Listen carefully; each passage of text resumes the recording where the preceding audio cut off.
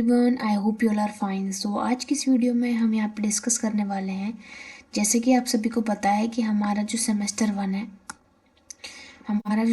One है उसका हमारा एग्ज़ाम है। एंड वो हमारा अ, आपका जो है ये सेकंड एग्ज़ाम है। पहले आपका माइक्रो का था एंड देन आपका एक दिन के गैप में ही आपका एमएमई का एग्ज़ाम हो रहा है। So and we also know that one day for the MME preparation is not enough.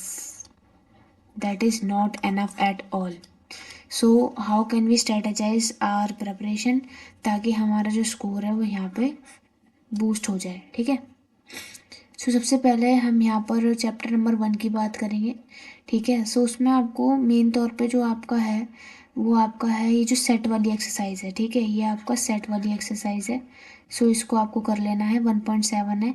तो आपको बेसिक इंटरसेक्शन, आपको सेट के बारे में बेसिक उसका यूनियन पता होना चाहिए। ठीक है। इंटरसेक्शन पता होना चाहिए। ठीक है। एंड ऑल्सो कुछ प्रॉपर्टीज़ पता होनी चाहिए। ठीक है। इसी तरीके से आप क्वेश्चन नंबर 12 दे सकते हो अपने सेक्शन 1.7 का। तो उस तरीके की प्रॉब्लम्स भी आपको पता होना चाहिए। आप अपनी बुक को रेफर करें इसके लिए। Then necessary and sufficient conditions भी होती हैं जो आपके चैप्टर 1 का ही भाग है। चैप्टर 2 में डोमेन एंड रेंज निकालना आना चाहिए। सेक्शन 2.4 में जो ग्राफिंग वाला पार्ट है, जो ग्राफिंग वाले रूल्स होते हैं। ठीक है। जैसे suppose if there is f x given, then if we are adding any constant and if in the x value itself we are adding the constant, then what is the graph difference in that। ठीक है। इन दोनों के graph का difference क्या होगा। And इसी तरीके से बहुत सारे हैं। ठीक है। तो ग्राफिंग के रूल्स आपको आने चाहिए उसके लिए, तो आपका ग्राफिंग जो है वो इजी हो जाएगा उससे। एंड इसी तरीके से आपका remainder theorem. Okay. And remainder theorem आपका चैप्टर नंबर 3 का है। सो उसको भी आप अच्छे से कर लेना। ठीक है। तो चैप्टर नंबर 3 में ये आप मेन तौर पर देख सकते हैं।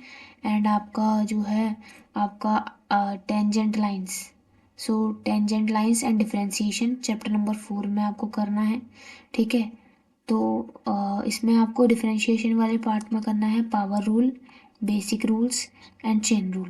देखो पावर रूल में आपको सिंपली जैसे आपको गिवन होता है कि y equal to x to the power a, तो उसका आपका डिफरेंशिएशन क्या होगा। इस तरीके के जो पावर रूल्स होते हैं। बेसिक रूल्स का मतलब है जैसे सपोज मानो कि आपको गिवन है कि if there is a function given जैसे 4x, सो उसका डिफरेंशिएशन क्या होगा। So dy/dx equal to 4। ठीक है। एंड लाइक बेसिक मतलब बेसिक रूल्स पे बेस्ड क्वेश्चंस जो हैं, जैसे if you are given the function 4x² plus 2x minus 5। ठीक है। देन उसका आपका डिफरेंशिएशन क्या होगा dy/dx, तो हो जाएगा ये हो जाएगा 8x प्लस 2। ठीक है। तो इस तरीके के जो आपके होने चाहिए, आपको रूल जो है वो आने चाहिए। ठीक है।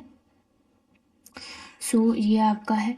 अब अगर हम बात करें यहाँ पे चैप्टर नंबर 5 की, तो चैप्टर नंबर 5 में आपका क्या है, आपका मैंने बता दिया। तो आप यहाँ पे प्रोडक्ट रूल जो है, प्रोडक्ट रूल मतलब आपको गिवन है चैप्टर नंबर 5 में, जैसे आपके दो फंक्शन है।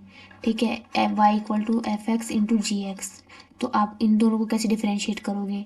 इसी तरीके से क्वेश्चन रूल, जैसे आपका F X divide by G X, इन दोनों को कैसे डिफ्रेंशिएट करोगे। ठीक है। And here is your implicit differentiation, मतलब एक ही क्वेश्चन में आपका जो है एक्स भी है एंड वाई भी है, एंड उन दोनों को आपको उसके रिस्पेक्ट में, एक्स के रिस्पेक्ट में आपको डिफरेंशिएट करना है। तो आप कैसे करेंगे।